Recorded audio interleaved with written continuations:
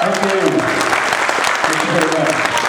Thanks, Gary. Is that the one from last year? No. Well, are you excited? Yeah. Maybe. You're going to spend the night near an awesome vehicle. Have any of you seen it yet? You are in for a surprise. I've also seen It it. is amazing. I've seen it. Well, as Carrie said, I've been fortunate in my career to have flown twice on the space shuttle. Primarily, I'm a scientist. I got involved in the space program by helping to develop an observatory telescope for doing astronomy that was part of a space shuttle project. And in fact, it flew on the space shuttle and was attached to the space shuttle.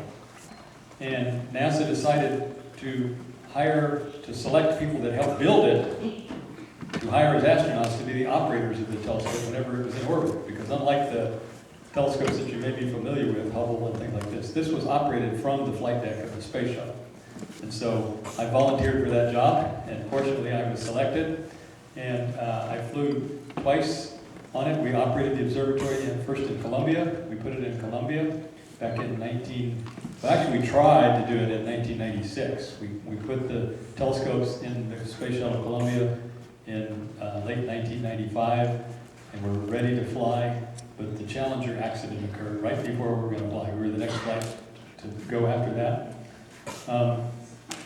So that didn't happen.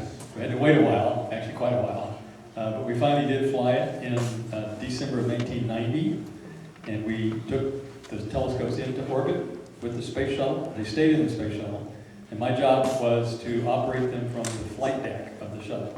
And so all of the controls for the telescopes were in the shuttle itself, and so my job for 12 hours each day was to operate this telescope in the space shuttle. And then the other 12 hours I got to play around, right?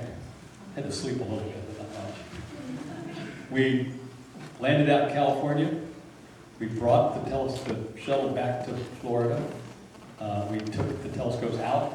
We made some changes to them. We took them apart and made some corrections. We put them back together.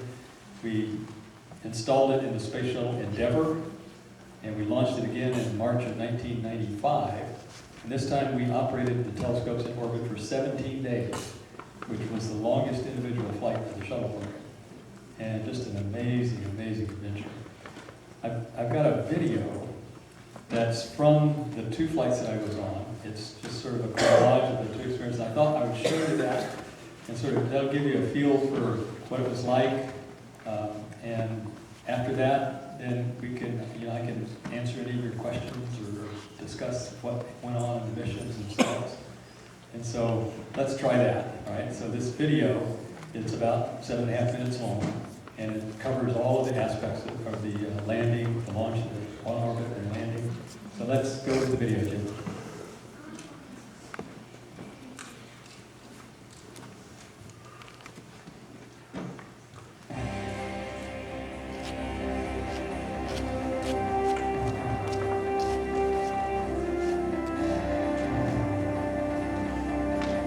So these are the two patches for the two missions that I was on.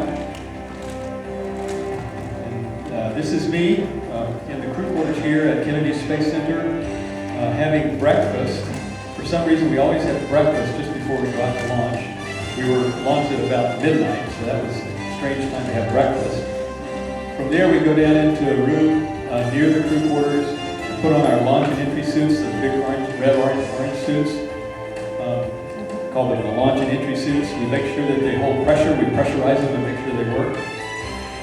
We walk out of the crew quarters, get in a van, and they drive us out to the launch pad. It's about 10 miles from crew quarters out to the launch pad. We get in an elevator and go up to the level where you saw us getting off the elevator there. That's 20 stories up when you get on the shuttle itself. Meanwhile, the team has been working in that place there known as the firing room, where all of the team is getting the shuttle ready to fly. Before we commit to a launch, we start the hydraulic system and we make sure all of the flight surfaces work. We can move the engine bells on the rockets. 6 seconds before liftoff, we ignite the main engines on the shuttle, the ones on the orbiter itself. We bring them up to full power, but the shuttle is still bolted to the launch pad. Booster ignition and liftoff of Endeavour on a get to 0 in the count, we ignite the solid rocket booster, the big white rockets on either side, and we fire charges that split the nuts in half and release it from the launch pad. And there is absolutely no doubt in your mind you're going somewhere in a big hurry when that happens. The power flight lasts for 8.5 minutes. The first 2 minutes is pretty rough. There's a lot of jerky motion up and down, right and left, back and forward, until the solid rocket boosters are jettisoned. Once they're jettisoned, then it gets smooth, but the thrust picks back up to about 3 Gs. But all that happens in 8.5 minutes. So from standing still on the launch pad to in orbit, it takes 8.5 minutes. As soon as we reach orbit and the main engine is cut off, we go right to work. We don't waste any time at all. This is Tammy Jernigan and myself activating the telescopes from the aft flight deck of Endeavour. The windows you saw there looked out onto the cargo bay, which is what you see here. And that's the telescopes. We're raising them, getting them ready to start making observations.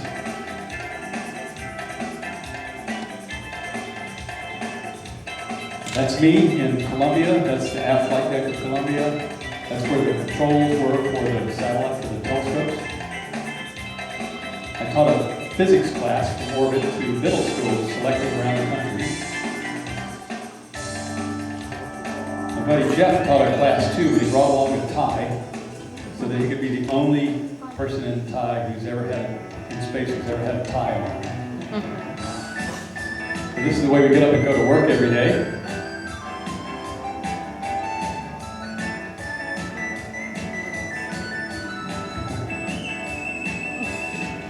We were a very disciplined crew.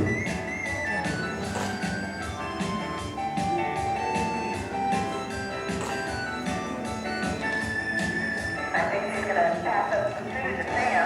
He doesn't get an opportunity to come down and experiment. And telescope keep him so busy. That's the only way to do it. Wait, what's the story? Well, your parents got to go back up to work.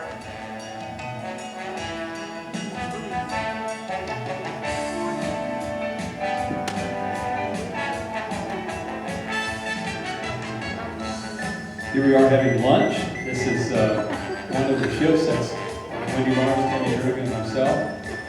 I guess I should say Tammy and I are having lunch. Wendy's having a little trouble catching hers. Free-floating fluid. That's water that's floating there. Jeff is a little thirsty, I guess. And so we drink water in space.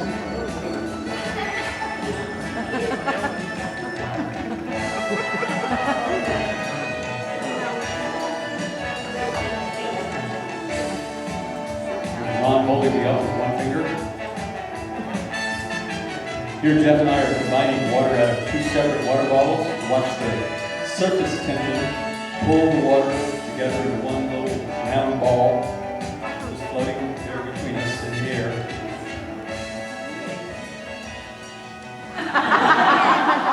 We decided to get rid of it.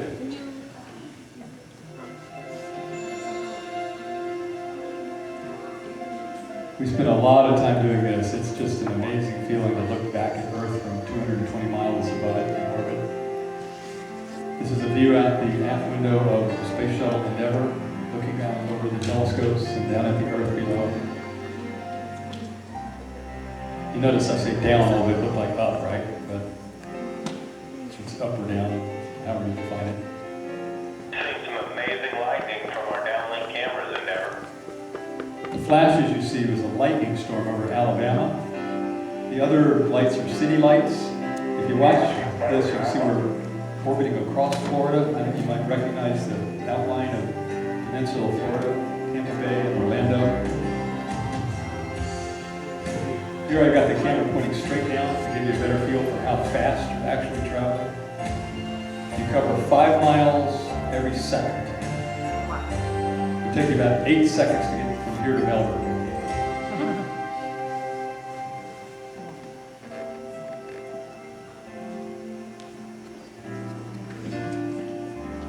Eventually, we have to come back, though, and that's a really busy part of the timeline because stuff has been floating around for days and days, and you've got to make sure that you get it all collected and stowed where it's supposed to go so that it doesn't become a projectile when you reenter the Earth's atmosphere. back on, get ready to re-enter the Earth's atmosphere. And this is Endeavour, gliding to a landing out in California. We had been in space for 17 days prior to that. And we traveled over 6 billion miles in those 17 days Named your touchdown. to a perfect landing. And then Earth space.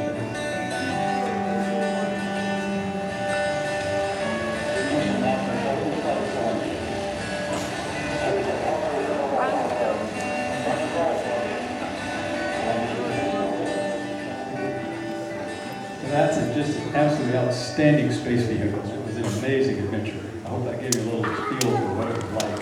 And you're going to go see. You're going to go spend the night right under a vehicle just like that, Atlantis. And you get so close to it, you can almost touch it where you're going to be. And it's an awesome experience. So, what do you think? You got any questions? Okay. Carrie will bring you a mic. There was one, right? What were you looking at We were looking for all kinds of things. The telescopes, there were 3 telescopes, and they were all focusing on measuring ultraviolet light.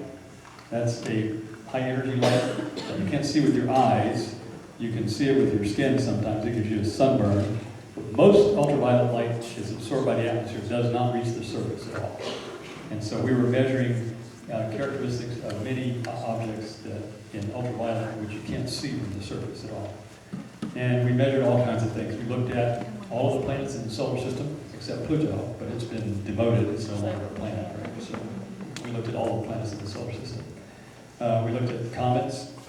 We looked at asteroids. We looked at nearby stars. We looked at nebulae of all kinds. We looked at groups of stars, globular clusters. We looked at groups. We looked at external galaxies. We looked at active galaxies. We looked at all kinds of things. We looked at groups of galaxies.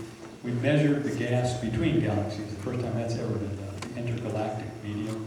We were able to measure that and compare it to theories of the Big Bang, and it agrees pretty precisely with that. So, lots of things. We had about 30 scientists involved in developing the scientific part of the mission. Right back here, Sam. Okay. You want to stand? Stand up. Stand up. I noticed when you got out of that room, you said how you got out, like you were going to your work in the morning. I just want to know what inside that area, when you're all coming out. We call those the sleep stations. You talk about the bunks that we were sleeping in. Yeah. What those are, we call it a sleep station. It's like the bunk, and inside there is a small cotton sleeping bag. Luke, that better be a good question. Stand up. Okay. So let me finish answering his question. Oh, wait a minute. Okay? We're not done yet. You want to know what's inside there, right?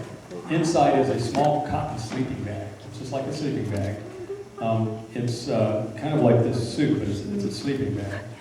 And it has a zipper that zips up the front and holds for your arms, and it's attached by bungee cords to the sides of the sleep station. So you float into the sleep station like that and down into the sleeping bag. You zip it up and it holds you, it keeps you from floating away, basically. And then there's a light in there so that you can turn that on and read. There's also a door that you can close because there's another crew working. We work 24 hours a day in 2 shifts.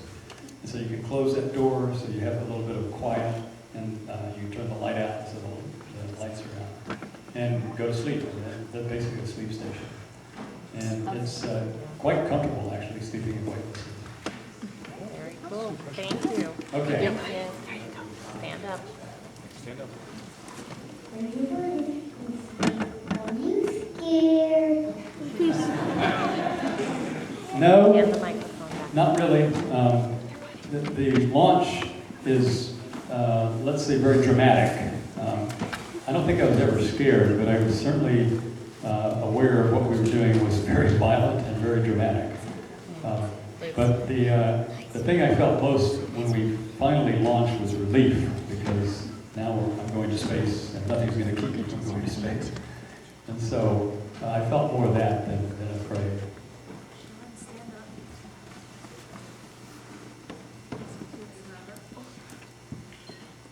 How do you breathe in the space shuttle?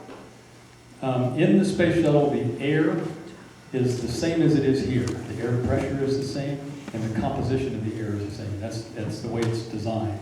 So inside the shuttle, we have bottles, well actually tanks of liquid oxygen and liquid nitrogen that we use to make up the atmosphere. And it's the same as it is here, same pressure, the 20% oxygen and 80% nitrogen.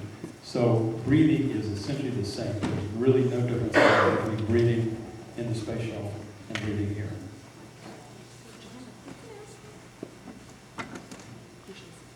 How was it in space?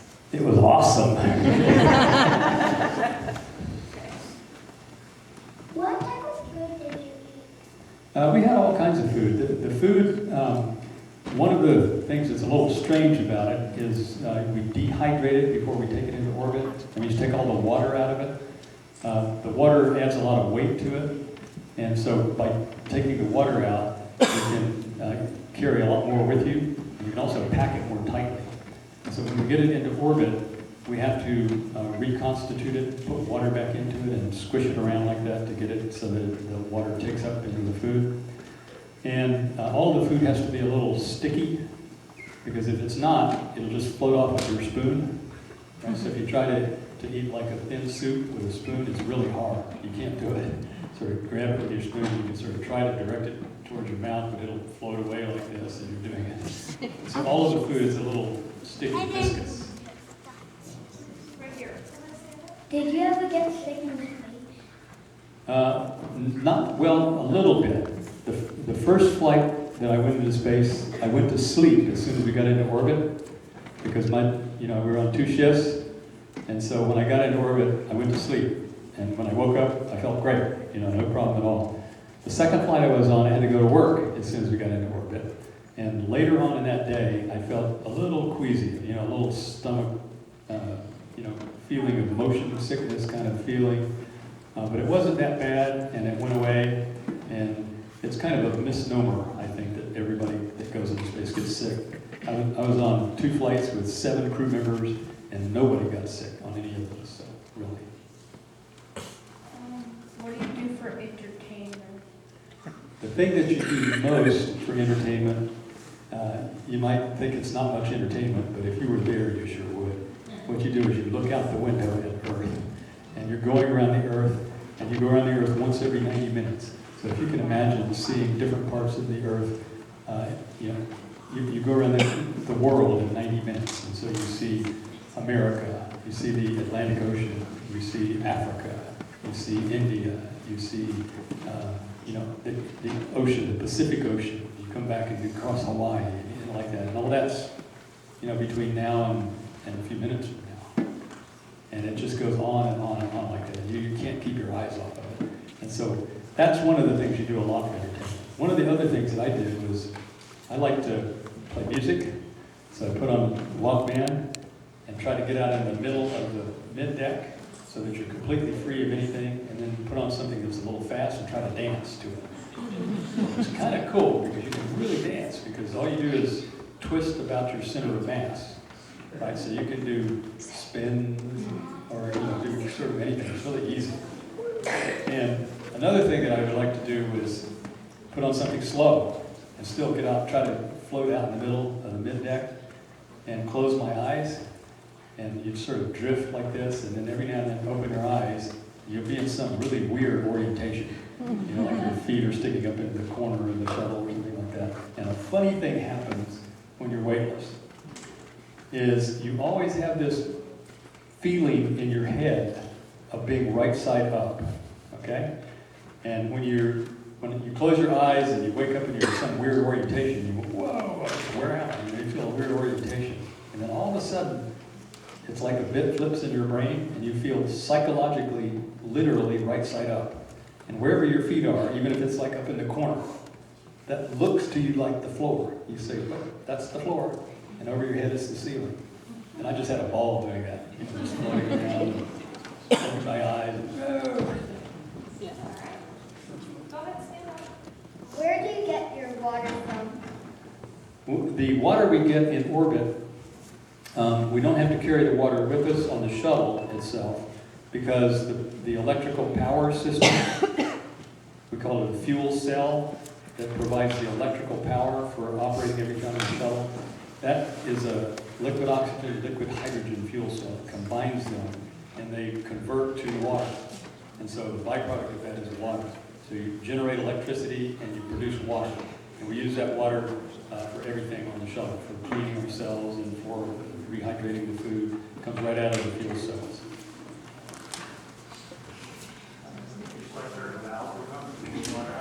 Yes. Yep.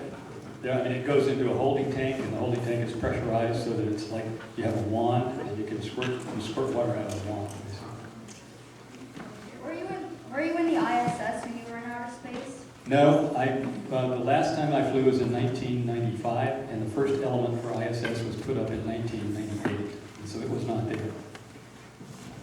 There was a Russian space station at the time called Mir, which was in orbit, and I wasn't in it, but on the second flight I was on, I had one of my astronaut buddies, Norm Thacker, was in Mir, and we had a fairly close encounter of a few kilometers. We came to within a few kilometers of each other. And at that point, there were 7 people in the space shuttle Endeavour, and there were 6 people in the space shuttle in the Mir station. So we had altogether 13 people in space in 2 different vehicles. It was the first time that had happened. What was your favorite part in space? What was the what part? Favorite part in space. Your favorite part. Oh, my favorite part. My favorite part was just floating there, very still, looking out the window, watching the Earth go by. By far. Stand up, sweetie. How big was her? How safe was it? How big? How big is the space shuttle? No, it was Earth. Oh, Earth.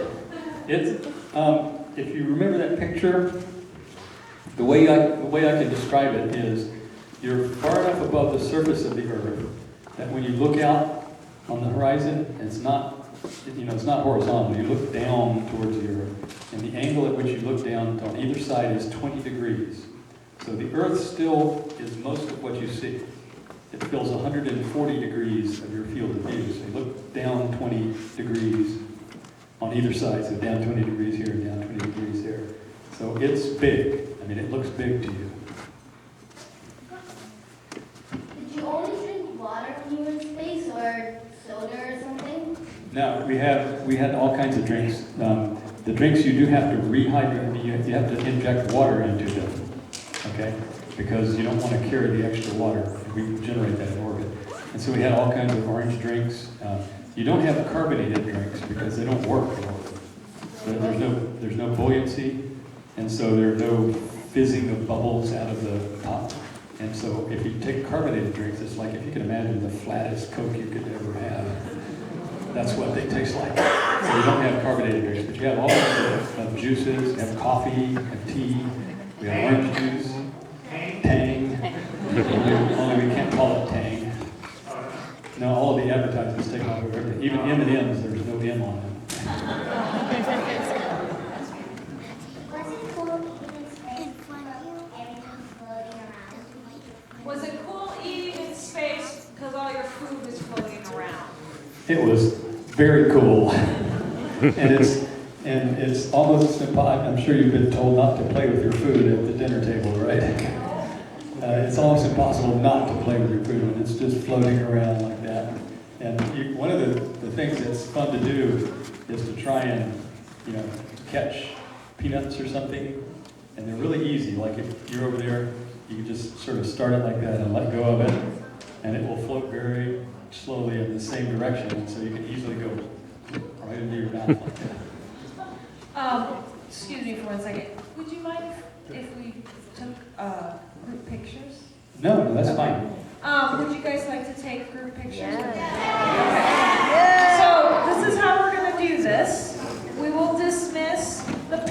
but I'm thinking in order for this to fit everyone on stage, we can just do the scouts and siblings, okay? So let's start with pack 100. You're gonna come up the stairs and You said that dinner is next, right? and then on deck, is this 337 right here? 337, line up against this wall for me.